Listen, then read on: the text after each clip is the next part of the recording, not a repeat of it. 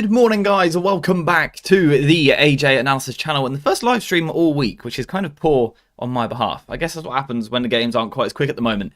But this game is an important one. Leicester City in the FA Cup. And not to start the stream off on a kind of doom and gloom aspect, but this is one of the only competitions that we've really got left. We're out of the Carabao Cup. We're as good as out of the Premier League in terms of being a relevant side for the rest of the season. So really, we've got the FA Cup and the Europa League for the rest of this season. And they are quite important in terms of the future as well. The fact that if you can win these games, you might get into Europe next season. If you win this, you can get into Europa League. So this is genuinely, for me, an important game for Manchester United, and actually, I would go as far as probably must win. Steve saying, if United lose, will we just become a Leicester channel until the end of the season?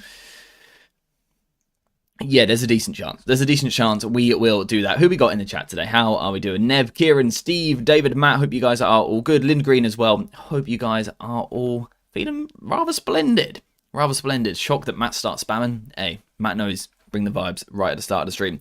Anyway, today we've got quite a lot to get through. Because I've had a quiet week in terms of content, I've actually been able to look at least a little bit at Leicester City and look at how they might approach the game. So we've got a bit more to talk about. I want to kind of quickly cover this. There's just a lot to go through today. So yeah, I'm looking forward to today's stream. Hard agree, the cups are absolutely vital and need to be taken seriously. Yeah, I mean, the other thing we've got at the moment is a lack of games at the moment. We last played Sunday to Friday. That's not too bad. One more day than what we've typically been getting recently. But after this game, we don't play again until next Sunday. So, of course, we still need to consider rotating players and protecting certain players. But I actually think more than anything, what might be in Amarim's mind is going for really strong teams, trying to build patterns in training, then seeing them on the pitch. But also actually, certain players are going to need minutes because they haven't had enough recently, which we will be looking at in just a moment. Do just quickly want to cover this quote from Ruben Amorim from this morning, saying, for every player that came into the team, I have to have the final word. That's an interesting one. It's an interesting one. That was really clear in the beginning. We tried to find the right players with the physicality for this league. Young players, hungry players. I like that. I like that. Not particularly relevant to today's stream at all, but I like it. I like it. Anyway, let's go to something a little bit more relevant. The Manchester United starting 11. Now, you will see today, I have literally wiped the 11 completely clean because I think there's a lot to go through in terms of figuring out who's going to play. We've got players out for injury. We've got players who need some minutes. We've got natural rotation in the cup. We've got the cup goalkeeper to come in. There is quite a lot to get through. Something that I think we have to consider throughout, though, is this. This is the minutes played from Manchester United players in the last 4 matches. Now, this 4 matches spans over 2 weeks, so this is pretty much the last 15 days, I believe it is, in the last 4 games. You will see perhaps some shocks with players that haven't played many minutes. There's some of the regulars that have played a lot of football, as always, Bruno Fernandes and Dalot. But like I've said already, we don't actually play quite as much, quite as regularly over the next couple of weeks. So, perhaps we don't need to actually take players out. Maybe some of these need some minutes. You know, someone like Xerxes hasn't played much football at all in the last 2 weeks. We don't play again for another 9 days. Maybe he's someone who you need to bring in, not because we're trying to protect someone else, but actually some of these footballers do need minutes in their legs. So it might be a slightly different team selection to what we would normally go for. Of course, the third player down the list there is Lisandro Martinez, which is quite sad. He's not available for this game. I've just seen in the chat that Bayindir isn't available. Is that true? Is that true? I didn't realise that was the case. Can someone confirm that for me? I didn't realise that. Yeah. Not happy with a lot of media attacking Shaw. Yeah, he's not played much in the last 4. Players can't help getting injured. It's not on purpose, so why make it seem like he's ripped off the fans? I completely agree. Players don't choose to get injured. He will be more disappointed than anyone. This is a man whose body is letting himself down. He's probably going to be harder on himself than what anyone else is. Of course, he gets the comfort of getting quite a nice paycheck with it as well, but physically, his body isn't good enough to do his job. That emotionally has to take a toll. So I don't think there is any need for fans at all to lump in on it, for media to lump in on it. Just leave the guy be, right? Leave him alone. Anyway, did I see in there a 12-month membership from David? I did. A year already. Time flies. Time flies when you're having fun, right? And I tell you what, as Manchester United fans, we are having a lot of fun. The Pogba talk in the chat. I am not going to be covering anything regarding Paul Pogba unless we see some sort of link. Like Fabrizio Romano going, oh, by the way, Pogba's joining United or something like that. Until we see someone somewhat reliable talking about it, then I'm not going to cover it. If that does happen, though, then absolutely, I'm all over it. I love Paul Pogba as a player. Yeah, how come Bayindir isn't available? What is the reason for that? Is he injured? Is he injured or what? What's the situation there? Start me in goal, just as likely to mess up a rainbow flick as I am to save a penalty. It's entertaining, I'll give you that. I'll give you that much. It's because he was injured, then went to play the Euros with England, came back and got injured again. Yeah, I think that does play into it a little bit. But if he was fit to go to the Euros, which he was, he eventually played a match, then he was within his right to do that. Maybe? I don't know. Maybe that's just me. Anyway, let's get to the Manchester United starting 11 and figure out the best way for United to win this game. And what we will be doing during this stream is also taking a little bit of a look at Leicester City, some of their weaknesses and areas that United can expose and actually former United players have exposed in recent weeks. We'll start off in goal, where do we have it confirmed that Bayindir definitely isn't available? If so, that makes the first one pretty darn easy. Onana goes into the net. Is that the case? Oh, the fun we are having as United supporters. Right? Right, it's pretty fun. He has a situation. Amorim said he won't feature. Oh, okay. Well, in that case, yeah, it's very easy. Onana comes straight into the team. Before we get into the rest of the team, we have David again in the chat with a gifted membership. Guys, that chat right now should be full of love hearts, flame emojis, W's to say thank you to David. David, as always, just legendary behaviour. Thank you very much, my friend. Really do appreciate it. Guys, turn the chat green. Corey, good morning, sir. Hope you're well. No sounds. That will be just a you thing, my friend. Try refreshing your stream and hopefully that should sort it. Anyway, let's get into the back four. No, let's not get into the back four because United don't play a back four. Let's get into the back three. We'll start off in the middle. And we will try and construct a team as we go. Once we've finished with the defence, we might then go look at some Leicester clips to get a bit of context in terms of players that perhaps we think should play this game. But we're going to start off with the back three. The options, we've got a few. We've got Harry Maguire, who could play in there. We've got Yoro, who could play in there. We haven't got Lisandro Martinez. That's quite sad. We've got De Ligt, who could play realistically any of these three positions. Same for Yoro, by the way. We've got Lindelof, who looks closer and closer to being fit. I think he might be available for this game. Not too sure on Johnny Evans.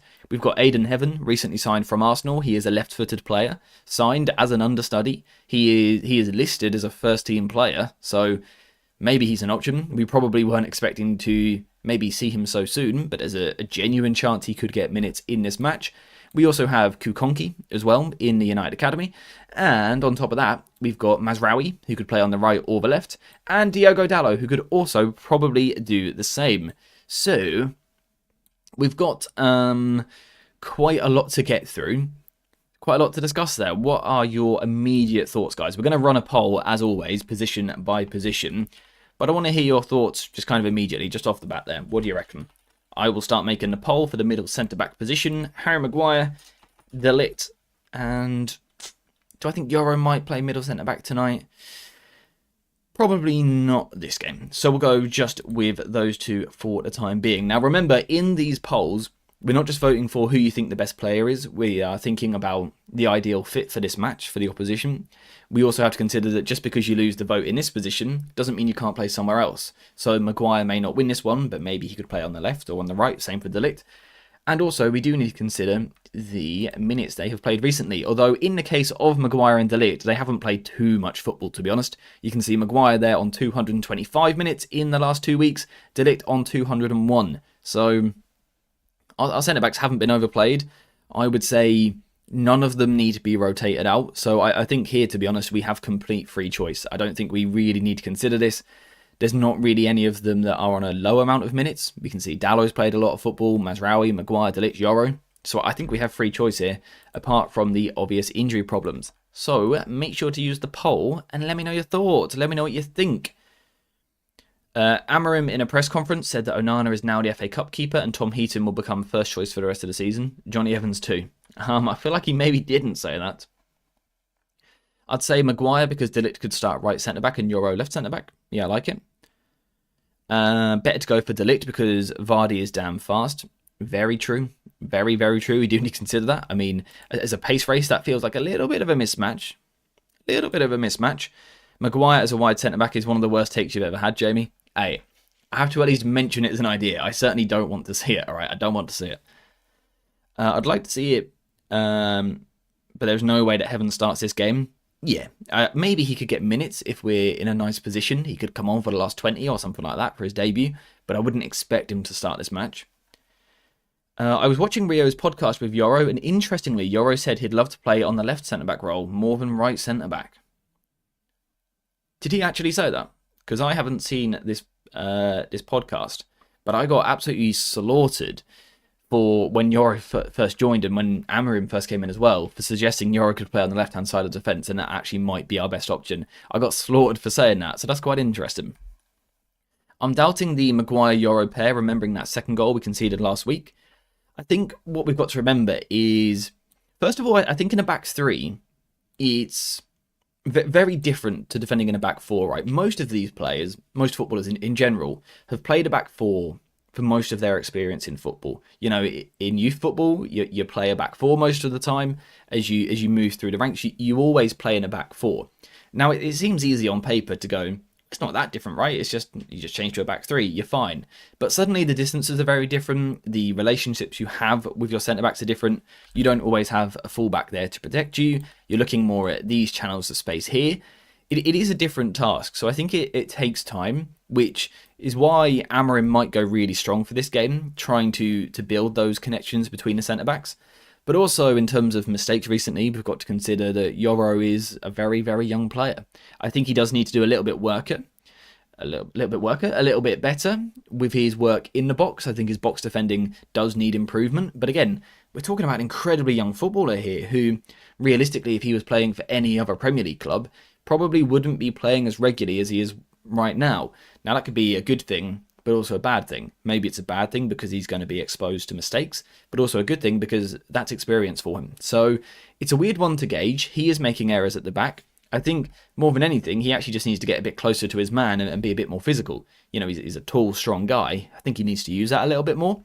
But I wouldn't necessarily write off the Yoro Maguire situation here. I would just say maybe it needs more time, more minutes together. And of course, just time to develop really as individuals. Anyway, the poll has been won by Harry Maguire with 57% of votes. Fair play to that man, by the way. Because I tell you, if I'd have done that poll 12 months ago, that would not have been the case. I used to hate having to swivel my whole arse when I was pass the ball at left centre-back as a right-foot boy.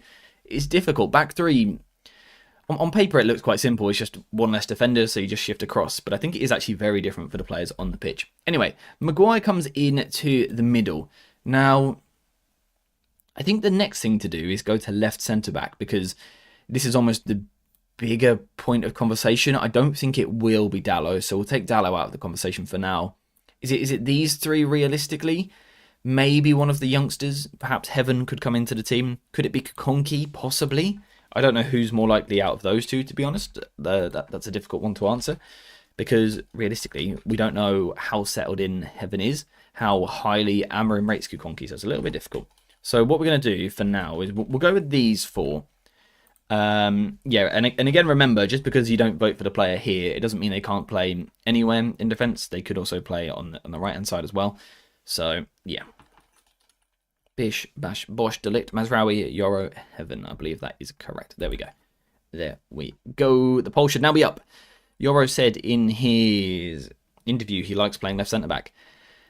Yeah, again, like I said, this is something that I called months ago and got destroyed for. I don't know why people were so shocked to see it. I don't know if it's because there is a big focus these days on a left foot or on the right foot on the right. We've spoken about it quite a lot, but that doesn't mean that exclusively has to be the case. Yoro is actually very good on the left side of defence. He needs work, again, of course, but I think particularly with the Dorgu signing, I think this really opens up for Yoro to actually potentially make this position his own for the rest of the season. I've got a lot of faith in this young man to really come through it and be strong in this role. And maybe today we might actually get the time to discuss it. We might get the time. The question is who can progress the ball among these defenders? Yeah, absolutely. Something that we need to consider when we pick our right centre-back as well. I think Maguire, to be fair, is quite a good ball progressor. I don't think...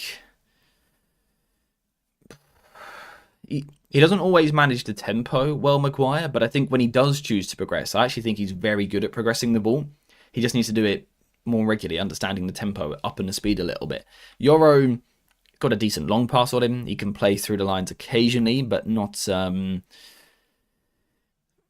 he's not Lisandro Martinez, right? No one is. And yeah, like I said, we need to make up for it a little bit on the right-hand side.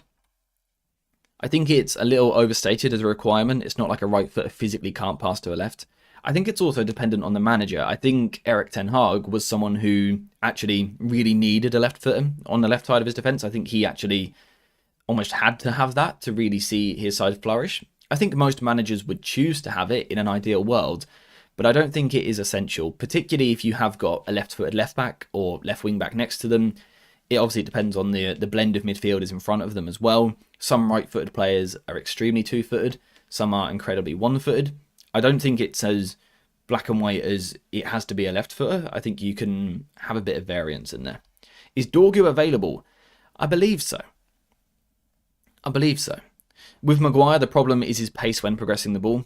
Yeah, like I said, in moments, he fires some really nice balls through the line. It's something he always did really well for England, playing through the thirds, particularly back in 2018, but even later than that as well. Some really good passes through the lines. His long passes are brilliant, but it's just so many moments where he doesn't choose to do it, really. He chooses to keep the ball a bit slower, which is a problem. De Ligt has a strong weak foot. Yeah, De Ligt has played both sides before. He's played across the back three, which makes him a good option as well for us. Mazraoui is much better at right centre-back than right wing-back. Yeah, and I think what we're starting to see now is actually we're going to end up with a back three which looks a little bit like my suggestion on Monday to deal with the Lisandro Martinez crisis. For me, it is Mazraoui on the right and then Yoro or De Ligt on the left. I think that can change game to game. He just needed De Jong. Yeah, that's all he needed, mate. Would have been fine. Rudiger left centre-back under Tuchel was generational and he's right-footed. Yeah, exactly. Exactly that. Maguire passes side to side. Again, it depends on what moment of the game you're watching. Sometimes he does. Too much he does. But he can play forward as well. Anyway, the poll is looking pretty one-sided. Is this because we like Yoro? Is this because you think he's the best option? Or is this swayed a little bit by the interview, which I haven't actually seen yet, by the way? Why are people writing De Ligt off? I don't think people are writing De Ligt off at all. I think I've got question marks over him, or I had question marks over him as a signing, and we've seen some of those problems. I think he's also had games where he's been really good. I think his awareness to sense danger is particularly impressive.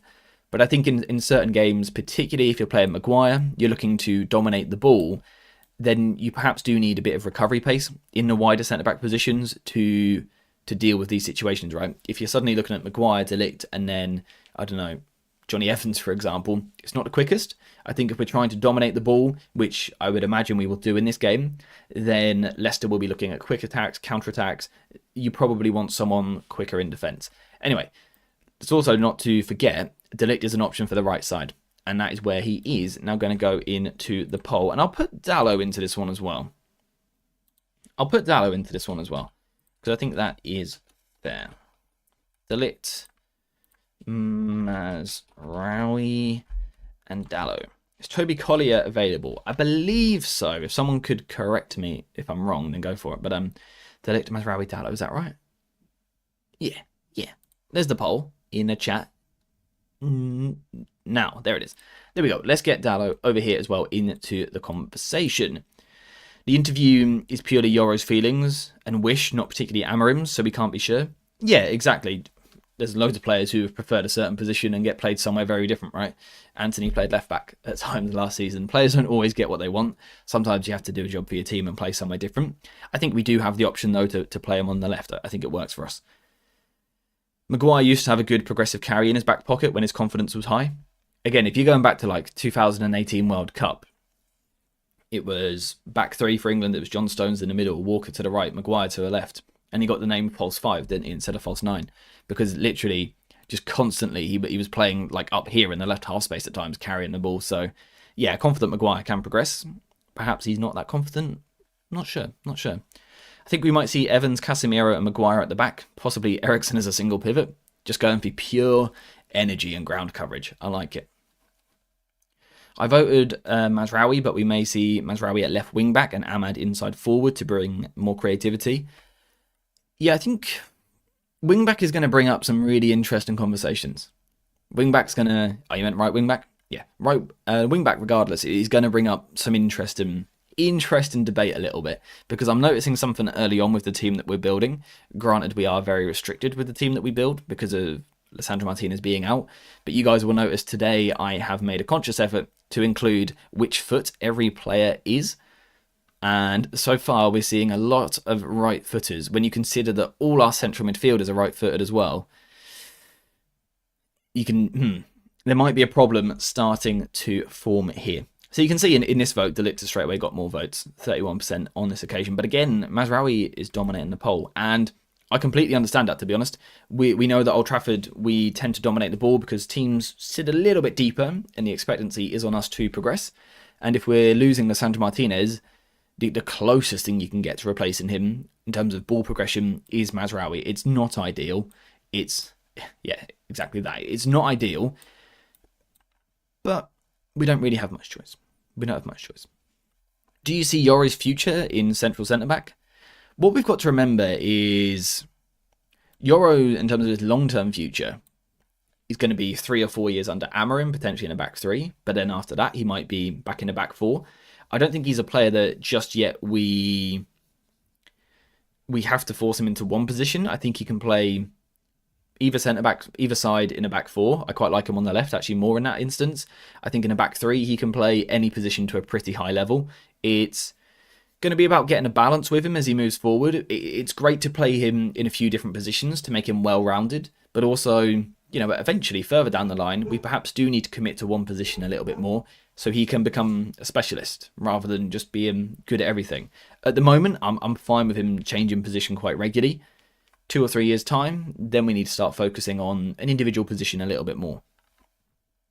He'll be in a four for France. Yeah, exactly. I think his long-term position isn't very clear right now. He's going to be playing in a lot of different areas. Do you think Dalot is a bad player, or is he just playing out of position? I had a controversial opinion on this the other week. I think Dalot, in the last month, has been better than Mazraoui. I don't think either of them are wing-back. I don't think either of them have played well, but I actually think Dalot has been a slightly better player at wing-back. The problem Dalot has is, first of all, he is playing out of position. We do have to acknowledge that. He is playing out of position. He's not a left wing-back by trade. It's not where he's played throughout his career. But also, he has this tendency to make some of the most just stupid decisions you'll ever see on the ball. I don't know what it is. Is it a concentration thing? Is it a tactical understanding thing? I don't know. He does make some awful decisions. We know he's not the biggest threat in the final third. He's not from either side, to be fair, but particularly on his weaker side, you're not going to get bags of attack and threat. He just does some weird things. I think he does some weird things, and I think it's trendy to criticise Dalot right now. I think it's trendy to go, I never want to see Dalot at wing-back ever again in my life. We're going to. We are going to see Dalot left wing-back again. We may have signed Dorgu, and Dorgu's going to play some matches, potentially this one. But he's not going to play every match. He's not ready. Dorgu, over in Italy, has been playing once a week. At United, there's an expectancy that you can play every 4 days. So that's not going to be happening. Dalot will be getting a lot of football. There's a reason, Amorim trusts him. He's always available. He's quite a fit, athletic player. He's quite technical. He's going to keep playing at left wing back here and there. So get used to it. And actually, I would say, try and assess his performance a little bit more. Yes, he does some really stupid things, which make me want to attack him. I understand that.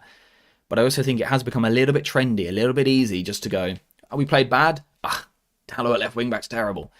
It's become a bit too easy to do that. So I would say just assess it a little bit more. Anyway, where do we go next? Do we go wing back, or do we go midfield, or do we go to Leicester? I think what we're going to do is go to Leicester momentarily. Talk about their structure, how they defend in particular, and perhaps from there that can give us an idea of which midfielders we need to try and break them down, which wing backs we need, etc. Anthony was good for Betis. Yeah, I heard he got man of the match. I didn't actually see the performance. I was going to watch it, but I completely forgot.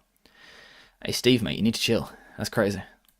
Anyway, so Leicester out of possession, right? So on paper they line up in a 4-2-3-1, but actually they switched to more of a 4-4-2 under, of course, Ruud van Nistelrooy. They are not a side that press particularly high. They will do it in moments. They will look to squeeze a little bit higher and try and nick the ball. But typically, and we've seen this with Van Nistelrooy throughout his managerial career so far, they're not, a chaotic, relentless, high-pressing team. They prefer to play in a bit more of a block, which is understandable. They've got a so-called weaker side, so you expect those teams to drop a little bit deeper. I think what's interesting about the 4-4-2 from Leicester is just how narrow it is. There are moments where this shape is actually kind of ridiculous. I mean, this is completely the wrong clip, so let me actually just go find the right clip for you. This one here. So you can see the 4-4-2, but actually just look how narrow those players are. These players are actually pretty close to each other. I am, of course, as always, blocking someone. I'm blocking the left back right now. But I think what's interesting is, like I said, they can be quite passive in this shape. So you can see here for Spurs, the ball goes across the pitch. And one of the Spurs midfielders, or the Leicester winger, goes out towards the ball, which normally would then be the cue for the centre-back here to now jump out and be aggressive with him. But actually, he's not interested in that at all, which means you can get yourself the extra man. You can get yourself the extra man in this phase. Now, on this occasion, Spurs just absolutely lumped the ball forward. But I think this is one of the reasons why I think United will dominate. Because if the United players are willing to come into these deeper positions, which we see us doing quite a lot, I think if the players are willing to drop away from the Leicester structure, I don't think Leicester are going to follow. So I think United will have more of the ball, and it is very much going to be a case of breaking down the 4-4-2. So how do you break down the 4-4-2 is a question that we need to try and answer. One thing that we can potentially use is the fact that they are actually so narrow. So let's quickly grab a couple of players in here. Let's grab Dorgu, Garnacho, and let's go for Bruno in here for a second. Because Leicester are so narrow with their shape, a lot of the time when the ball goes wide, at other clubs you would expect it to be the winger's ball. What we see from Leicester is that the fullback will go out.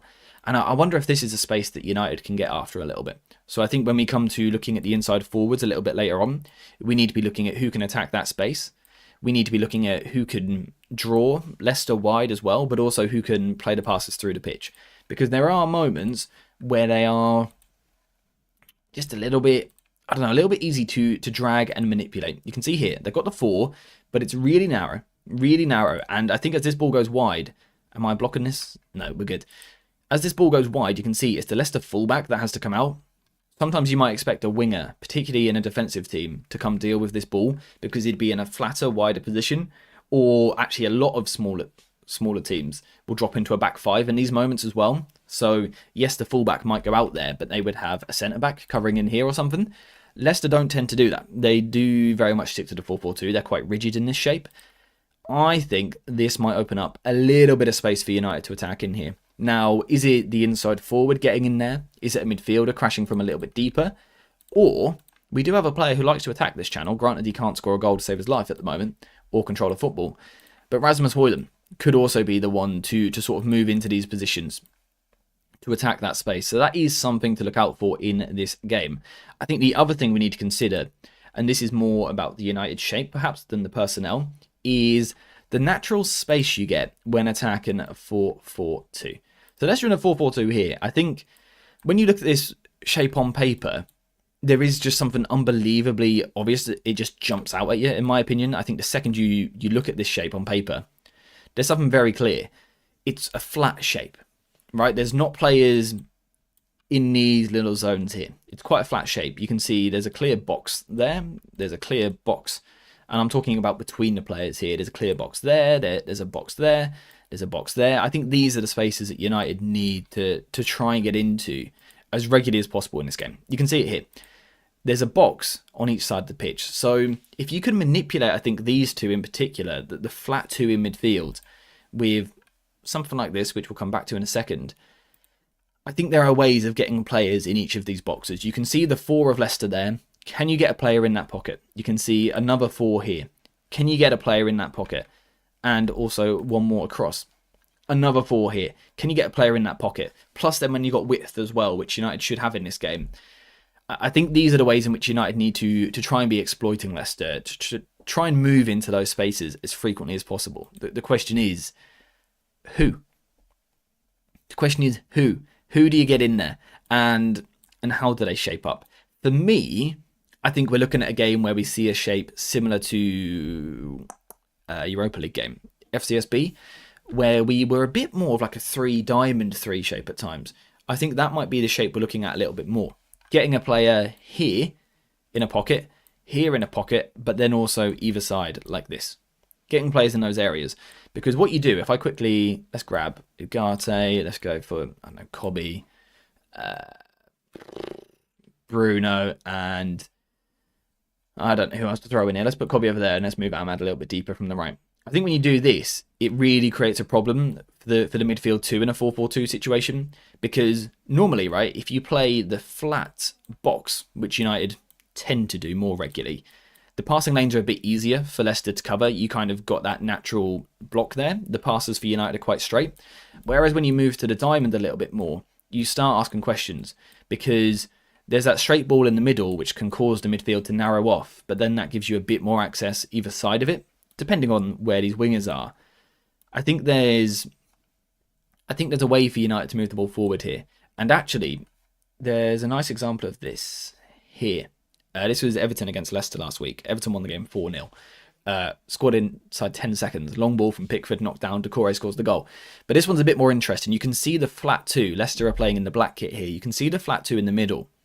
They don't know where they're meant to go because they're up against the 3.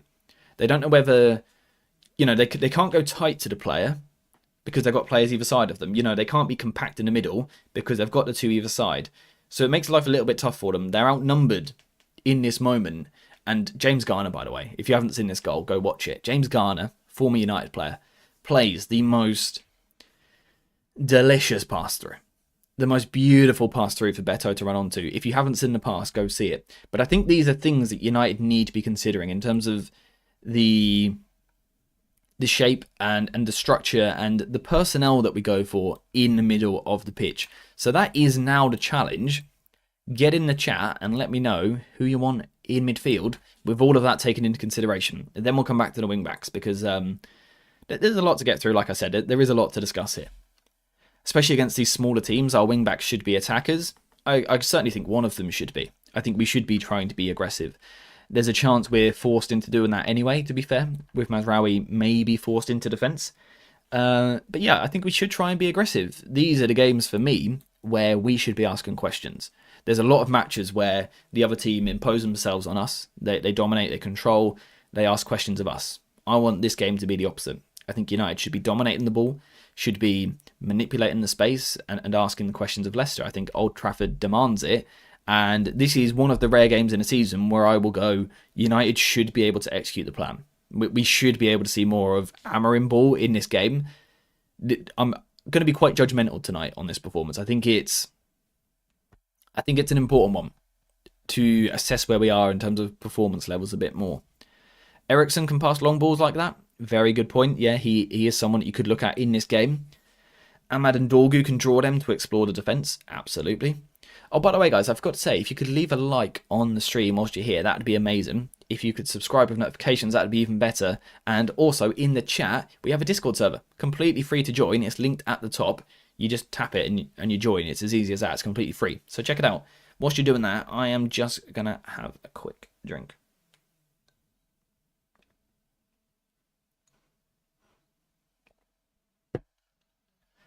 I'm quite bunged up at the moment. I'm still ill from the other week. And I just can't breathe when I drink, I swear. I nearly die every time. Bruno can make those passes in the middle for Højlund instead of going wide. Yeah, well, that's something which maybe opens up in this game. It's a weird one, right? I'm talking about Leicester being so narrow with their defensive approach. Weirdly, this might actually be a game where we can actually still go through that. If we go for the right shape, if we position the midfielders correctly, of course the technical quality's got to be there as well. But it's a weird one where we might be able to go through. Oh yeah, just another little plug for the Discord as well. We play pro clubs, and we will be playing pro clubs before kickoff tonight, actually. So if you want to get involved, join the Discord server and drop a message like, "Hi, I want to play pro clubs." We're in Division 1. Big game tonight, big game. Anyway, what two? Yeah, realistically, what two do we want to see in midfield? We've got options. We've got Casemiro, who could go in there. Not played a lot of football at all recently, but he could go in there. Ugarte, who himself, to be fair, hasn't played an awful lot of football. Kobe Mainu, recently used in more of a high attacking position, but he could still play in this role as well. Bruno Fernandes, of course, Christian Eriksen, of course, and also Toby Collier. If we go over and look at their minutes played, Bruno is the only one who perhaps needs a rest. But to be honest, with the next game 9 days away, I think he's probably all right. You know, Bruno is a bit of a robot, a bit of an alien, a bit of a monster. He can play most games, particularly if the next one's 9 days away. So I don't think, again, really, we need to rotate to rest anyone.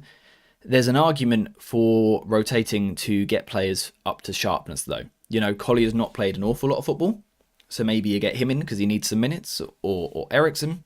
I think, like I said, Ugarte and Mainu, from a possible 360, Kobe's played 185, several of them higher up the pitch, and Ugarte only 180. So you probably need to see at least one of those two as well to keep them sharp. As you watch United, we mostly have 3 game plans. The first is trying to play from the back, but then if it fails, we try long balls from Onana, and this is where Rasmus is subbed off when we have panic. Yeah, I think that's fair. I think that's a fairly fair assessment. I think we do start trying to play out from the back, and like you said, we struggle. I think, as I pointed out in a video the other day, I think we cause a lot of our own problems, to be honest. I'm not entirely happy with the structure, but also we know that individually we've got players that don't like to take the ball under pressure. Combine that, it does get tough. How do we run this poll? How do we run this poll? Let's make a list of, like, we'll do the first poll, which is like the more physical midfielder, right? So that will be the slightly stronger player. We'll call it the BWM, which will be the ball-winning midfielder. Could be Ugarte. I think any of these could play, actually. Ugarte, Collier, and Casemiro. And then we'll do the poll for the other midfielder. Some of these might go into that poll as well. So let's quickly get that in the chat. It should be in there for you. No. Players who need minutes can get them off the bench. We need to start our very best team from the start and start building relationships. Yeah, I think naturally the Cup always has been an opportunity to change 1 or 2 players, get someone different in, give them a start. You know, a player that normally gets 20 or 30 from the bench, this is a chance for them to get 60 from the start. But I do think I said it right at the start of the stream. We've got to go strong. We've got to go strong. First of all, because we haven't got much to play for this season, but this is one of the competitions where we can at least do something. There is a potential reward at the end of it. So I think we need to go strong in that aspect. But also, like you said, the idea of building understandings, relationships, bonds between players, connections. I think it's important for us to try and do that. I think it is important. Ugarte to start and Collier from the bench. I like that personally. I like that.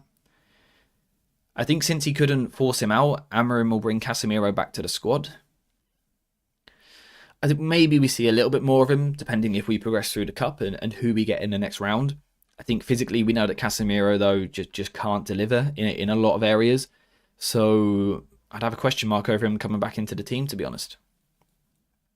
I want to see Casemiro playing next to Collier. Casemiro is best going forward, offering a goal threat. So you're trying to use like the energy of Collier to play alongside Casemiro to unlock him a little bit. I quite like it. Ugarte and Collier midfield, Dorgu left wing back, Ahmad right wing back, Kobe in the right half space, Bruno in the left half space, and Garnacho as a striker. I like it. Something a little bit different. How's the poll going?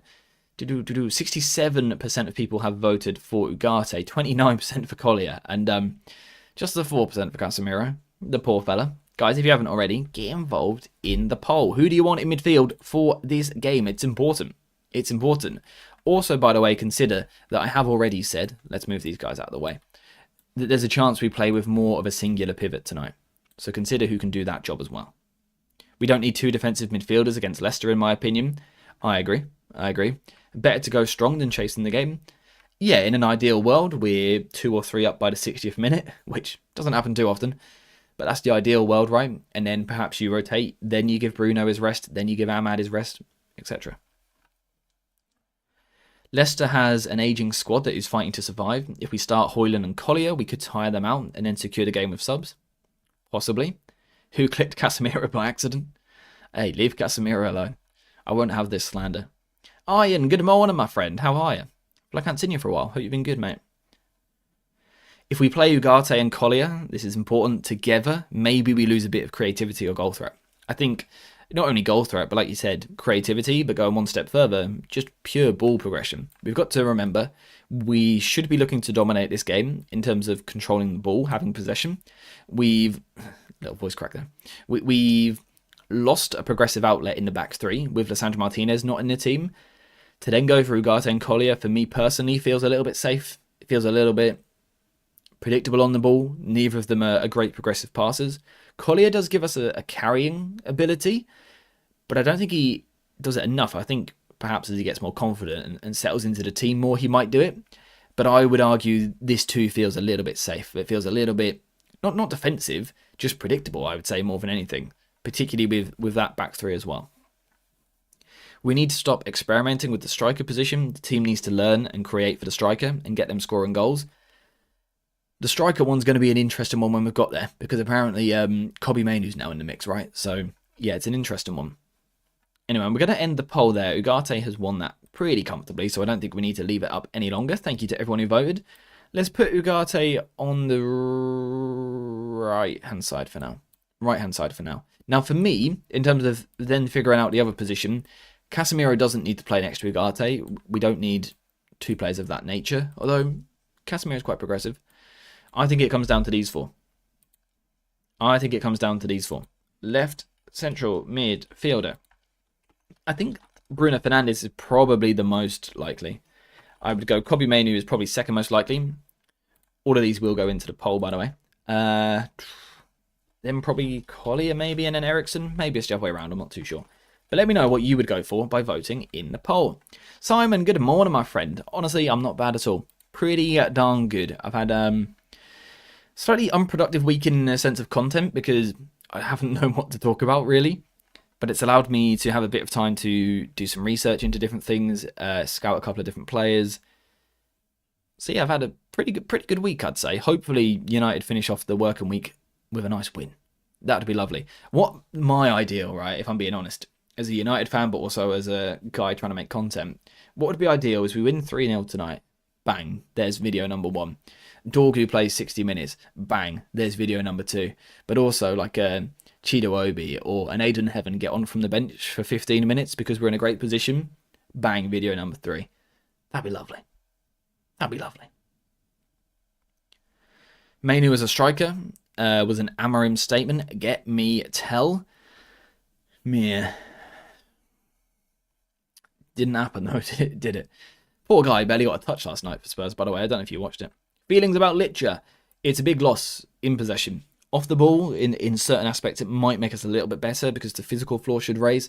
But on the ball, it's a real loss. You can't replace him. I think he's the best. Yeah, I think he's the best ball-playing defender in the world. There's some that go close. Bastoni is a wonderful ball player. Even someone like Van Dijk has progressed a lot on the ball. But for me, Leicester is right up there. And we've lost a lot there. Of course we have. It's a shame. It's a shame, but there's not much we can do about it. We've just got to move on. We've had this problem before. Previously, we had Luke Shaw as a sort of replacement or a solution. We don't this time by the looks of things. So we've got to get creative. Could it be Yoro? Possibly. He might be able to solve this problem. Anyway, what's the poll looking like? Bruno is dominating, then Collier, then Eriksen, then Mainoo. Mainoo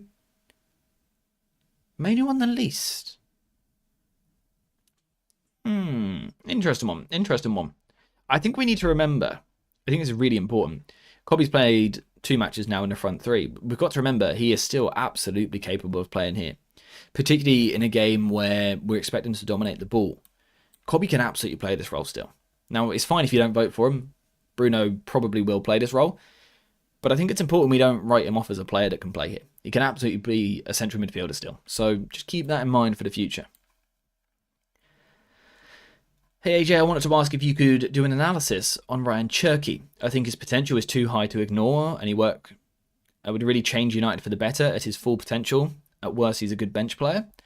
Cherki will get a video if either I think he's the right fit or we see a heavy link. The link doesn't look like happening at the moment in terms of from a reliable source. My thoughts on Cherki, just briefly. Technically, he's an unbelievable player.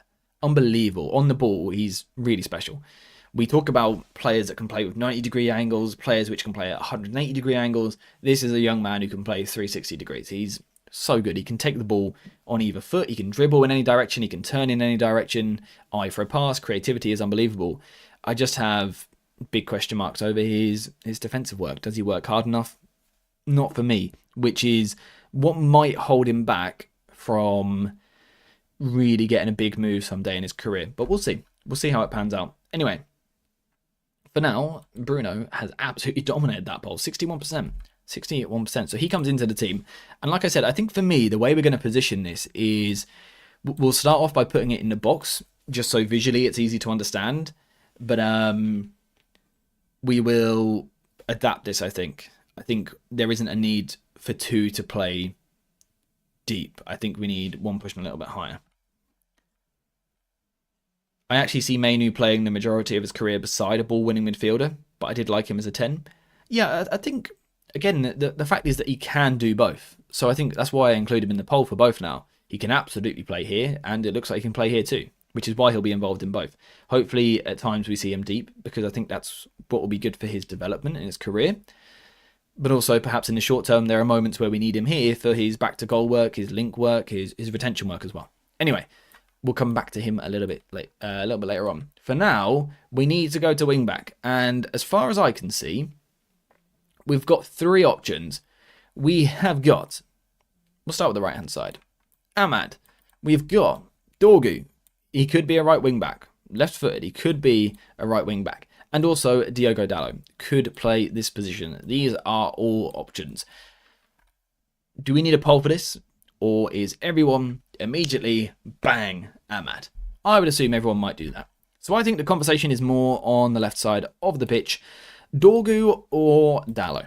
Now, I'm not going to start the poll just yet because I want to make one thing really, really clear.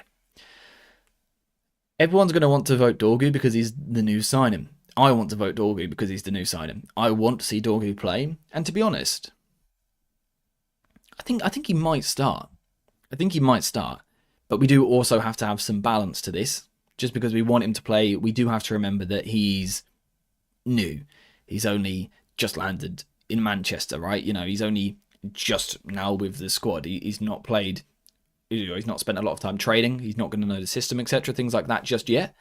But also, for me, the cup competition is a good way to get him into the side. It's a good way to get him warming up. Like I said, if we are comparing him to the United players recently, he's played 90 minutes in this spell, which is 1 minute more than Malacia. So actually, there's an argument that we almost need to start him because he needs some minutes to get him up to speed. Like I said, in Italy recently, they've very much been playing once a week. So there's an argument that we do need to start Dorgu because if you don't start him here, is there a nice game coming up to start him? Europa League's going to be tough. It's a priority tournament. Premier League, we've got a lot of difficult games coming up. So this might actually be the easiest way to get him into the team. But I'm interested to hear what you guys think. We're going to go for Ahmad on the right just because I assume that's what everyone's going to say. Maybe I shouldn't assume, but I'm going to for now. We'll start with the left-hand side. Dalot, Dorgu. Bosh. Bosh. Will it be Ahmad on the right or would it be Dalot? I think it'll be Ahmad. He offers so much more than anyone else he needs to play. I think this poll might be the most one-sided we've ever had by the end. I think what we do need to look at is, you know, again, we've got to consider Dorgu's a new player, going to take time to settle and everything like that. But look at the team so far. Before we talk about the wing-backs, why can't I highlight? Here we go. They're all right-footed. Just for the sake of balance, it would be great to get a left footer in a team somewhere. Ahmad can be that, either here or a little bit higher, but Dorgu can as well. Steve, tell me about it, mate. Maybe I shouldn't assume. Maybe I shouldn't. Yeah, so the poll at the moment is 88% Dorgu. To be fair, I think we've had more one-sided ones, so it's not too bad. Am I the only one who's lost it with Dalot? I think a lot of people had. A lot of people have. Like I said earlier, I think it's trendy to dislike Dalot. it's trendy to dislike Dalot. If you actually watch and analyse his performances, I don't think he's been great. I don't. But I don't think he's been horrendous. I think at wingback, I've seen players play worse than him in the last 3 weeks. I think Mazraoui at wingback has been worse, in my opinion. Obviously, Mazraoui back three, a different story. But as a wingback, I think Dalot's been the better player. But it's trendy to go, oh my god, I don't want to see Dalot left wingback. I hate him. Let's murder him. I don't want to see it, right? But we're going to keep seeing it. Of course we are. Dorgu's not going to play every match from now till the end of the season. Dorgu's going to keep playing left. Dalot's going to keep having games at left wing back, and we've got to accept that. I think he brings a level of physicality there. I think he brings a level of technical quality there. Do we need more consistency? Yes. Does he need more concentration? Absolutely. In an ideal world, does he give us more attacking threat? Yeah, right? We can be critical of Dalot, but I think it's become a bit too trendy just to hate him for no reason. Agreed, wingback Mazraoui ain't great. Yeah, he's not, is he? Love him as a fullback. I think Mazraoui's one of my favourite in the world on the ball. I've loved him for a lot of years. He was the first player I wanted when we got linked with Ten Hag. I was thinking if we could have a player come with Ten Hag, I wanted it to be Mazraoui. That was my take at the time. I really rate him. But as a wingback, he's been struggling. He has been struggling. Steve, finally someone's noticed the new emojis. There is a Patrick Dorgu emoji now, which you guys can use. There's also a Maguire one.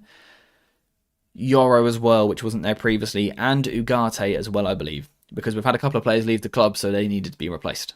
So, yeah, enjoy. I just don't get it. Why is Dalot being played out of position? He was our player of the year on the right in 23-24. I think what it is with Dalot is, first of all, Lisandro Martinez often plays left side, who physically is a slightly weaker player, a little bit of a shorter player. Dalot physically ups our levels there. He kind of compensates a little bit. I think Dalot is a player who has played on the left for Milan when he was out there on loan. So he has played this position. His technical base is good.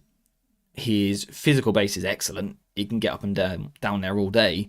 But also, more than anything, necessity. We haven't had anyone. I don't see Garnacho as a wing-back personally. Tyrell Malacia, of course, so many fitness problems, going to take him ages to get back to the required level, and now out on loan. Luke Shaw always injured.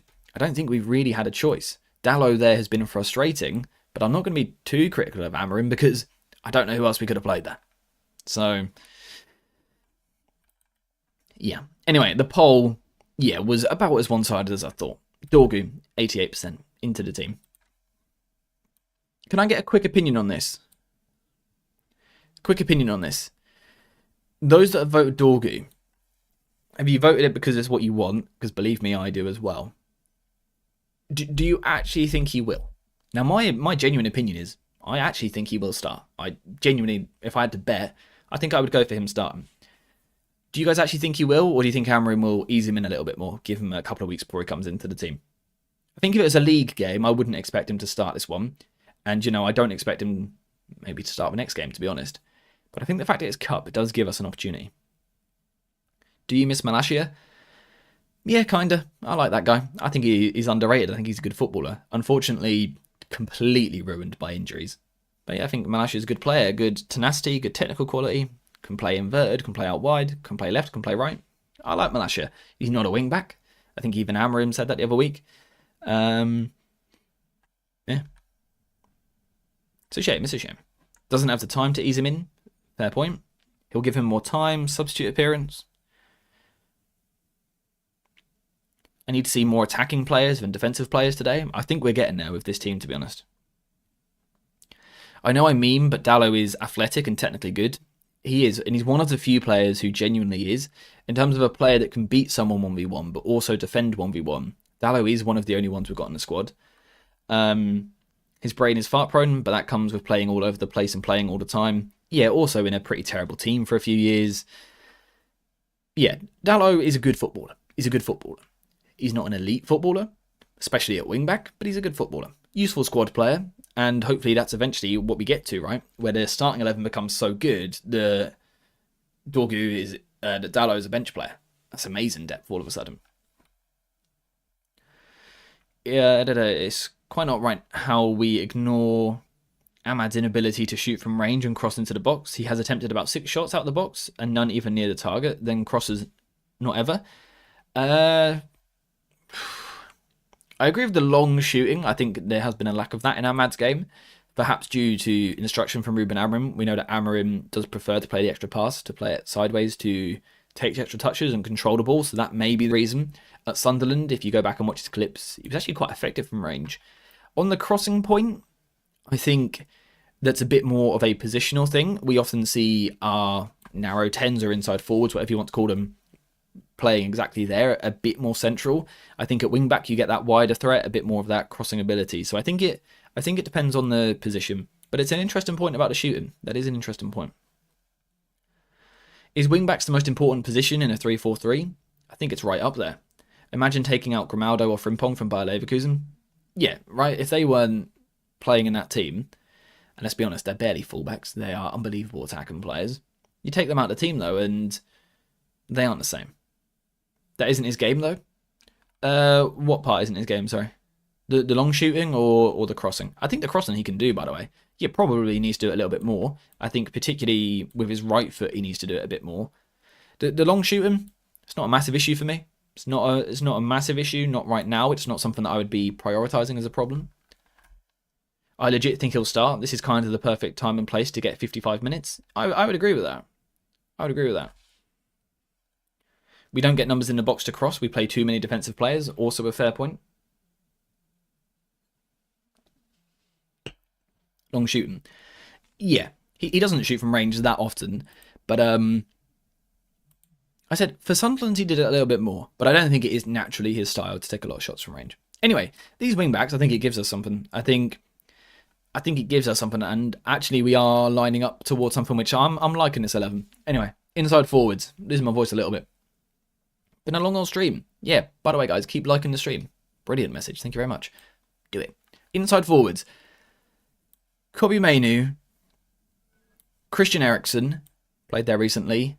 Anyone else other than Garnacho? Now, interestingly, we did see against Crystal Palace, Xerxes and Højlund both on the pitch at the same time. And Højlund was almost playing a little bit as a right forward, but I don't think he's a real conversation just yet. These are the three, though, right? I would say these are the three options. We've got Bruno deeper, we've got Ahmad deeper. So this is what we are left with. Which means... yeah, Xerxes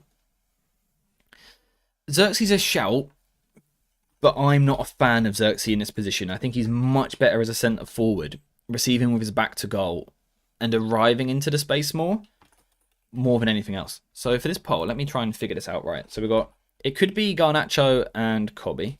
It could be Garnacho and Eriksen, or it could be Mainoo and Eriksen. I think those are the three options we've got. Have I done that right? Let's see. I'll put the poll in the chat. Let me know if I've done it wrong. Also, by the way, guys, if you are a member, can we just momentarily fill the chat with Dorgu emojis? Because new signing, maybe getting his first start. Let's get some Dorgu emojis in the chat to celebrate that. I just love a new player. Like, even if it's not the right player for the club, there's just something about a new signing. It's that excitement, the anticipation, trying to figure out how they're going to play, where they're going to play, how long it's going to take them to settle, but what they're going to bring differently. The fact that, you know, they could change things for us, particularly in like a tactical sense, bringing that left foot. I just love a new signing. You can't beat it. You can't beat it. Yeah, look at Dorgu in the chat. It's beautiful. Ah, it's beautiful. Wingbacks allow us to progress in all three phases of play. It's a possession-dominant style. If wingbacks lack offensive ability, we stay locked at the back five. I think what I would say in that sense is, I feel like so far under Amorim, now let me just start this off by saying, I'm not actually a massive fan of a back three formation. I do prefer a back four. I got a bit of stick in the Discord for saying that last year. I do prefer more of a back four. But there are obviously strengths to the back three and weaknesses like there are any structure. It does feel like a little bit under Amorim so far because of, I don't know, the lack of fit perhaps, the natural fit from certain players. We're almost seeing more of the negatives so far than we are the positives. Hopefully, you know, players like Ahmad and Dorgu, combined with training time, combined with confidence, fitness, etc. Hopefully over time we can start to see more of the benefits because we know they are there. There are benefits to this structure. I feel like we're yet to truly see them regularly. Anyway, I need to quickly interrupt that 1 second because we've got Wilfred. He's because we've got Wilfred in the chat with the super chat.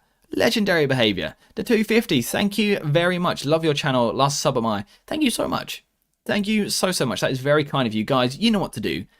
We were talking about Dorgu and spamming Dorgu in the chat. Now I just want to see love hearts everywhere to say thank you to Wilfred, because that is legendary behaviour. Thank you very much. First super chat on a live stream. Hey, thank you so much. That's very, very kind of you. I really do appreciate that. I also saw someone a moment ago saying, I appreciate that you, or that I read messages, not just super chats, that I read all the chats. And thank you very much. I do try my best. I know a lot of bigger accounts, because their chats are just flooded, they are restricted to a lot of the time only really being able to interact with super chats. I think particularly whilst we are a smaller channel and it's still possible, I like to try and read out as many comments as I can. I can't get around all of them, right? And if you do want to guarantee I see the message, a super chat is the way.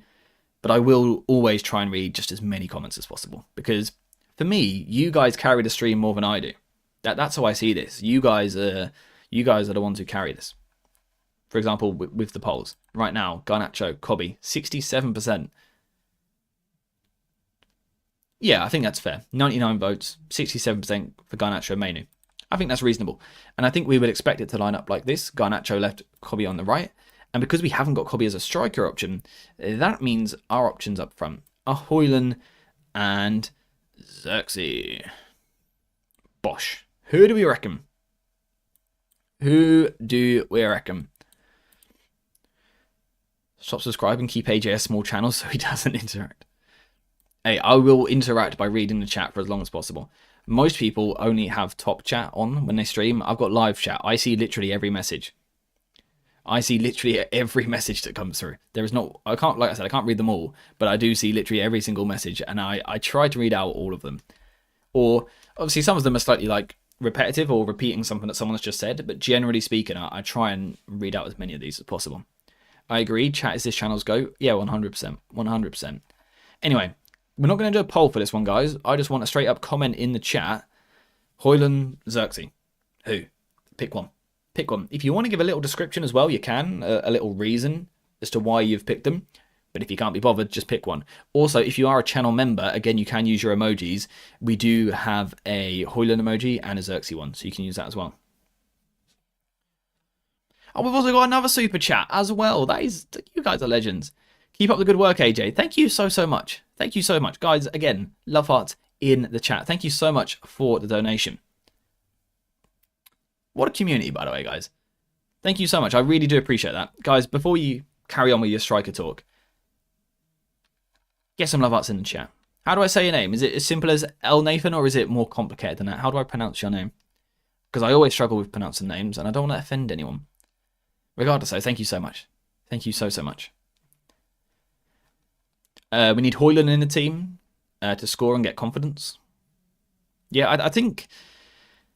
feels like we've had this conversation quite a lot recently, right? Where we go, this is a game to start a striker, get a couple of goals, get some confidence. Yeah, floodgates will open and they'll be in form. It doesn't really happen though, does it? It never really quite happens. Maybe this can be the one where it does. Maybe this can be the one. Is Cheeto not an option? Yeah, I probably should have included him actually. But based on Amarim's comments yesterday, I don't think he is quite yet. Amarim was talking about, you know, he was asked, could Cheeto Obi play up front? And he went, yeah, he's doing well. He's developing the academy. He's improving week on week. At the moment, we've got two very good strikers who have proven in the past they can score goals. Like, he kind of went, yeah, he's doing well, but we've got two strikers, and these are the two for now. So I don't get the impression that Cheeto Obi will be coming in just yet. I think it is still between these two. Maybe if we give it a bit more time, we'll see. Ah, you guys are too kind. We've now got Steve in the chat as well. Steve, thank you very much. With the gifted membership. You guys are too kind. Steve, thank you very, very much. Steve, you have been nothing but good vibes recently, my man. Nothing but good vibes. Always in the chat. Always contributing. Legendary. Steve, thank you very much. Guys, again, love hearts in the chat. Turn that chat green. Like Steve said, let's keep the good vibes going. Exactly. Exactly. Thank you very much, Steve. This is the problem when we don't do a poll, by the way, and I say just put a name. It puts pressure on my brain to actually read the chat and see... try and figure out what I'm seeing more of. I think I'm seeing more Højlunds. Would you guys agree with that? I'm certainly seeing more Højlund emojis. Yeah, Højlund is... I would say there's more Højlund than there is. It's fairly balanced. It's fairly balanced. But I think there is more of Rasmus. Dorgu cross with the left foot from the byline. Højlund score with the left foot. Hey, if we see an all left foot goal, then I'll quit the channel because we've peaked at that point, right? We've peaked. I won't actually quit. But at that point, it would feel like we've peaked.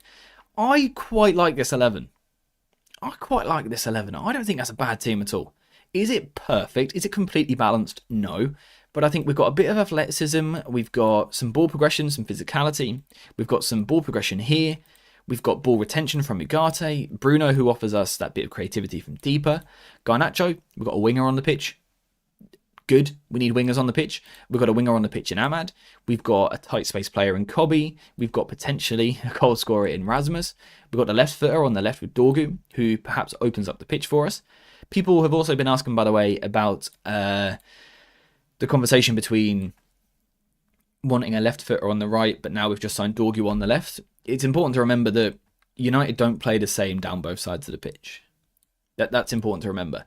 Down this side, we actually look for the player to spin in more, whereas down this side, we look for the player to go outside more. That's part of the setup, and maybe I'll break it down at some point. So I think we've got a pretty nice team here. And I think also what we've got is some defensive potential as well to be quite aggressive. You can see the potential here to shift to the 4-4-2, and actually I think everyone is in a position which works for them. You know, Dorgu is a natural left back, two tall, strong, physical centre backs, Mazraoui at right back, wingers on the wings, intensity in the middle of the pitch. Kobe given a slightly easier defensive role, which I think is important for him, but still enough intensity there. I like that. I think defensively that's a real good option. Will Dorgu invert to let Garnacho stay wide? Now, I think actually I wouldn't say it's a case of Dorgu inverting to let Garnacho stay wide. It's to let him sometimes go wide. I think we will see a balance between the two. I think there is this assumption that Dorgu's going to come in and literally hug the touchline. He's left-footed, right? He's got to stay here all day long. He's got to fly up and down. But I don't think that will always be the case. Dorgu is someone who likes to carry the ball inside. He likes to move into these positions. I wouldn't call him an inverted fullback, but he does like to carry inside the pitch. And that can open up, like you've said there, the space for Garnacho. Garnacho recently has been receiving the ball a little bit wider. Dorgu will still allow us to do that. And I think that's what I quite like about this. Dorgu gives us the option. Recently, it's felt a little bit forced in moments, what we're trying to do down this side. Dorgu can do both. He can still come inside and underlap to let Garnacho go wide.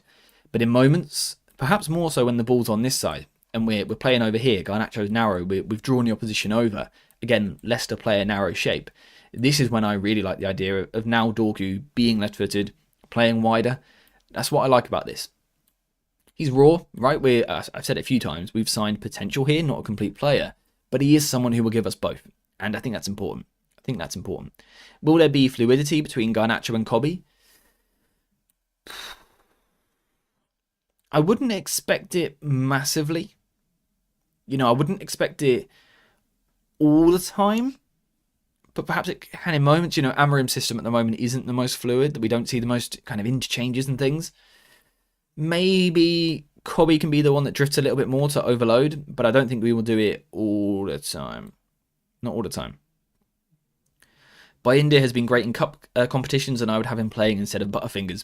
Yeah, so I would have gone for Bayindir, but people informed me at the start of the stream that apparently he's out with just some sort of problem. Apparently Amorim said it yesterday. So that is why Onana is in goal.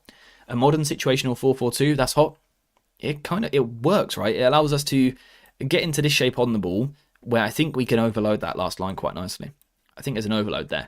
But also, like we said, we can switch to the 4-4-2, which is a bit more aggressive in the press. I think there's some options. I guess the only question I have really over this starting 11 is whether it allows us into that almost diamond shape in the middle that I was speaking about right at the start. For anyone that missed it, let's just quickly go back. The fact that, you know, Leicester kind of give you boxes to work in. I think a diamond like this is a good way of us exploiting that. I don't know if this particular 11 gives it to us. You could see, because against FCSB, right, normally in this shape, you'd perhaps expect Bruno to push wider here and then that player to come in. But actually, it was very much Bruno ahead. Again, if we just quickly go back to it, a bit like that. It was very much Bruno ahead, one ahead of the other. Perhaps we could see that again.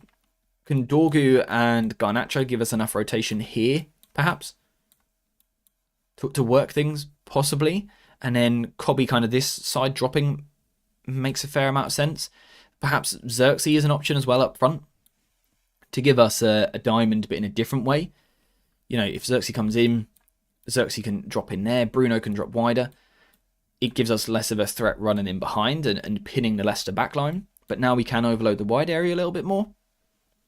Not sure. I'm not quite sure how it's going to function. Of course, we haven't seen Dorgu in the team yet, so we don't quite know how this team's going to work. We don't know how we're going to set up without Lisandro Martinez, because we haven't really seen that under Amorim. So it's a little bit difficult to predict, but I think we've got options, and I quite like that. I think we've got a bit of fluidity in this team. I think there are ways in which we can hurt Leicester, and I'm actually quite confident of the win. Speaking of being confident of the win, prediction time. Prediction time. This stream has run a little bit long, but it's not an issue. I've had a good time. Time to finish off with scoreline prediction. What do you think the score will be, and who are the goal scorers going to be? Again, if you are a member, all of the forwards currently at Manchester United, which is quite easy because there's only 4, are emojis that you can use if you are a member. We've also got Cobby, we've got Yoro, we've got Maguire, Ugarte, Onana, if you fancy him for a goal. Maybe. Dorgu. There's options here. There are options. Have we ended up with the 11 that I put here? Oh, so you guys got Hoyle and I went Xerxes. That's quite interesting. Oh, and by India. The goalkeeper's different as well. Anyway, score predictions. Let me know what you think. Personally, I am going to go for... And this is going to be the one that I get spot on, including the goal scorers. This is the day we see goals.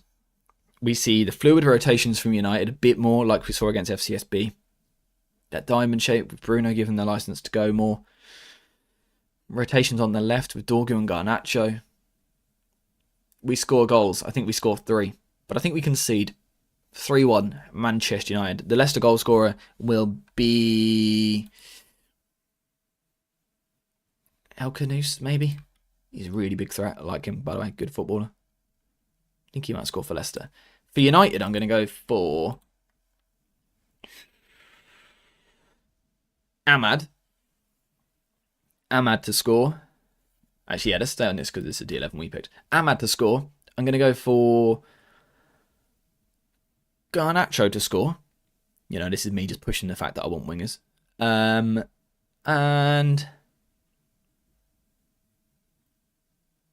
you know what? It might be... I'm going to go for the night where like the 3 that on paper look like attackers score. Garnacho, Hoyland, Ahmad. 3-1, Manchester United. Do you know what I also just quickly want to touch on, by the way? And I find this really interesting in terms of when we're talking about systems and shapes and personnel. What's really funny is if you actually look at this exact starting 11, this could so easily be a 4-2-3-1 or a 4-3-3 under Erik ten Hag. Because Mazraoui could go there and you could play, you know, purely just looking at the 11. If we were under Ten Hag right now, we'd be lining it up something like this. I just find that quite interesting. And we would probably say, in possession, Dorgu from left back will overlap. So Yoro can go be a channel defender. Maguire's in the middle. So Mazraoui probably tucks, which means Ahmad's got to play a bit wider on his side. And very quickly we end up with this. Obviously, we've got Cobby and Bruno swapped recently. But I just find that quite interesting in terms of manager to manager, system to system, structure to structure.